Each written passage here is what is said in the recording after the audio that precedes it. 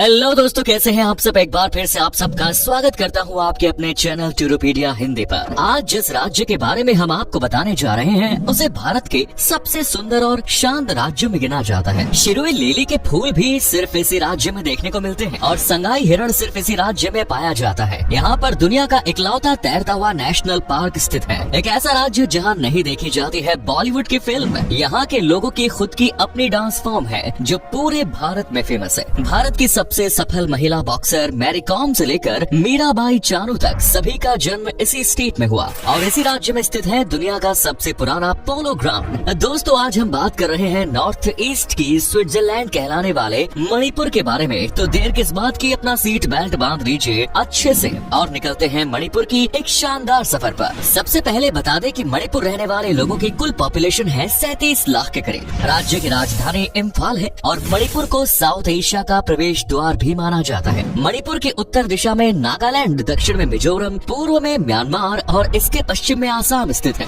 यहाँ के मूल निवासी मैते जनजाति के लोग हैं जो यहाँ के घाटी क्षेत्र में रहते हैं। मणिपुर की ऑफिशियल और सबसे ज्यादा बोली जाने वाली भाषा है मैते। आपको बता दें कि आजादी के बाद भारत में शामिल होने वाली अंतिम जगह मणिपुर मानी जाती है। सन 1956 में मणिपुर को भारतीय सरकार ने केंद्र शासित प्रदेश के रूप में मान्यता दी। वहीं 1972 में इसे पूर्ण राज्य का दर्जा दे दिया गया। मणिपुर का मतलब है मणियों यानी रत्नों की धरती और ये नाम इसकी सुंदरता के कारण दिया गया है। यहाँ बादलों से भरा आसमान, साफ और नीली झीलें, हरे भरे जंगल, मनमोहक वादियाँ, खूबसूरत झरने, चाय के बागान, राष्ट्रीय उद्यान जैसा बहुत कुछ इस राज्य में प्रसिद्ध है। यहाँ का शांत वातावरण हर पर्यटक के मन को काफी सुकून देता है और इस राज्य की कला की भी अपनी अलग ही पहचान है। नेचुरल ब्यूटी को पसंद करने वाले लोगों के लिए ये जगह सबसे बेस्ट ऑप्शन के तौर पर रहती है। मणिपुर में 41% लोग हिंदू हैं, तो वहीं 41% लोग ईसाई धर्म को मानते हैं। राज्य में 9% लोग मुसलमान हैं। पिछले कुछ सालों के आंकड़ों पर नजर डाली जाए तो मणिपुर में लोग ईसाई धर्म को सबसे ज्यादा अपना रहे हैं। वैसे तो मणिपुर में हिंदू धर्म के सभी भगवानों की पूजा की जाती है, लेकिन इस राज्य में निवास करने वाले सबसे ज्यादा राधा कृष्ण की पूजा अर्चना करते हैं। दोस्तों, यहाँ पर 30 प्रकार की जनजातियों का निवास है, जिसकी वजह से उनकी धार्मिक और सांस्कृतिक मान्यताएं अलग दिखाई देती हैं। इन जनजातियों में प्रमुख कोइराओ, खुइबू, खारम, हमार, गंगटे, चौथे, चिरू, एमोल आदि शामिल है। इनका लाइफस्टाइल भारत के बाकी राज्यों से एकदम हटकर है।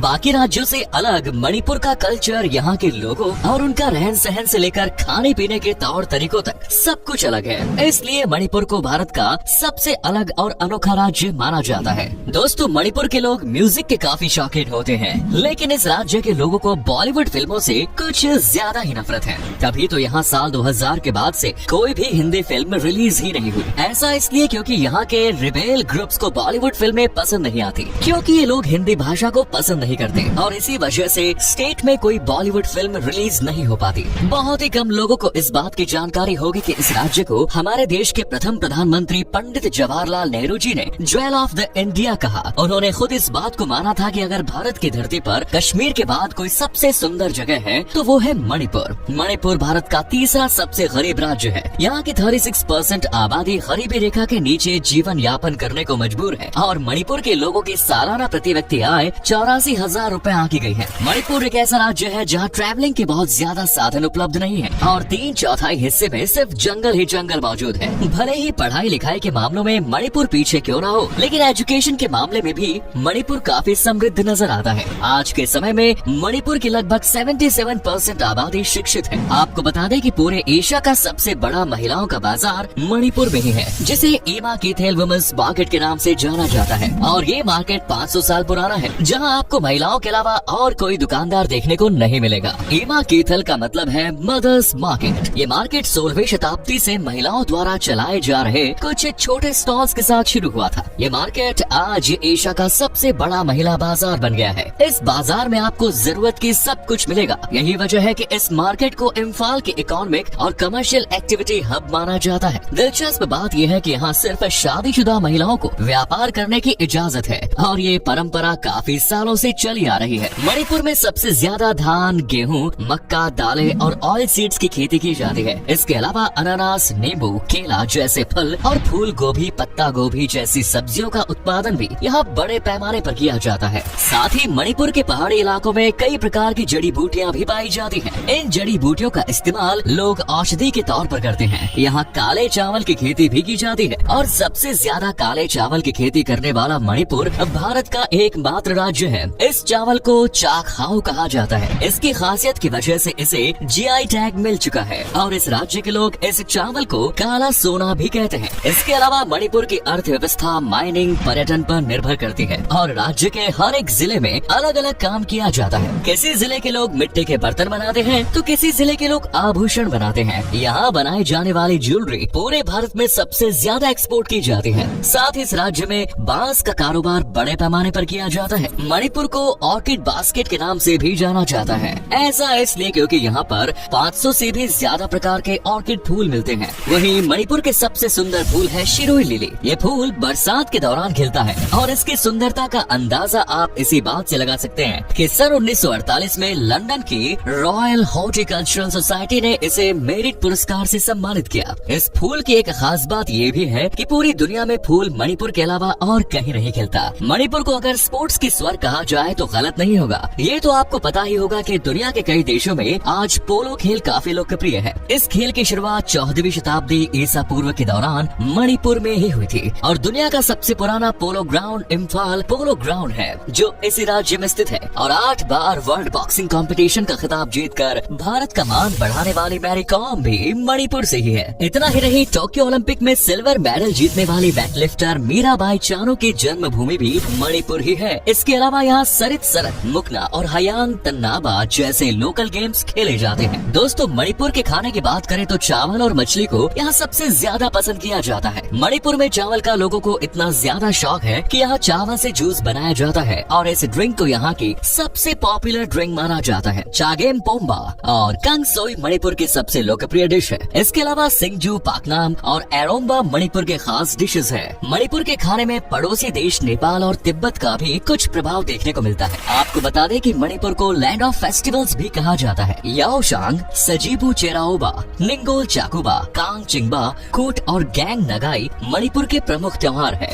मणिपुरी रास लीला को मणिपुर की सबसे पॉपुलर डांस फॉर्म माना जाता है। इस ट्रेडिशनल डांस को पूरे भारत का सबसे फेमस और अनोखा डांस फॉर्म माना जाता है। मणिपुर में इस डांस को लेकर एक खास बात ये भी है कि ऐसी मान्यता है कि एक बार भगवान कृष्ण राजा भाग्यचंद्र को सपने में दिखाई दिए, जिसमें श्री कृष्ण ने राजा को आदेश दिया कि वो राज्य में रास लीला के प्रदर्शन का आयोजन करे। तभी से रास मणिपुर की सबसे पॉपुलर डांस फॉर्म बनी हुई है। संगाई हिरण मणिपुर की पहचान माने जाते हैं। संगाई हिरण की ऐसी प्रजाति है जो सिर्फ मणिपुर में ही पाई जाती है, इसलिए इसे मणिपुरी हिरण के नाम से भी जाना जाता है और ये मणिपुर का राज्य पशु भी है। मणिपुर में संगाई हिरण फेस्टिवल का आयोजन भी किया जाता है जो हर साल 21 से 30 नवंबर तक चलता है। इस फेस्टिवल को पहली बार 2010 में शुरू किया गया, जिसके बाद से ही ये इस स्टेट के सबसे पॉपुलर फेस्टिवल में शामिल हो गया। अब बात करते हैं मणिपुर के उन जगहों के बारे में जहां आप घूमने जा सकते हैं। मणिपुर में एक झील है जिसे भारत के पूर्वोत्तर हिस्से की ताजे पानी की सबसे बड़ी झील कहा जाता है। इस झील का नाम है लोकतक झील, जो यहाँ की सबसे प्रसिद्ध झील है। ये इस झील को लेकर सबसे खास बात है कि एक ऐसी झील है जिसमें आइलैंड तैरते नजर आते हैं। झील में तैरने वाले इन आइलैंड्स को फुमड़ी कहा जाता है। ये दुनिया की इकलौती फ्लोटिंग झील है और इस झील पर दुनिया का एकमात्र फ्लोटिंग नेशनल पार्क मौजूद है, जिसका नाम किबुल लामजाओ नेशनल पार्क है। छोटे छोटे टापुओं को मिलाने के बाद इस नेशनल पार्क को बनाया गया है। जानवर ठीक से इस पार्क में रह सके, इसके लिए कई बार तो इस पार्क को छोटा भी करना पड़ चुका है। इस पार्क में एक से एक पशु पक्षी देखने को मिल जाएंगे, जिसमें ब्लैक ड्रोंगोज, जंगल क्रो, ब्रो एंटेलियर, कोबरा,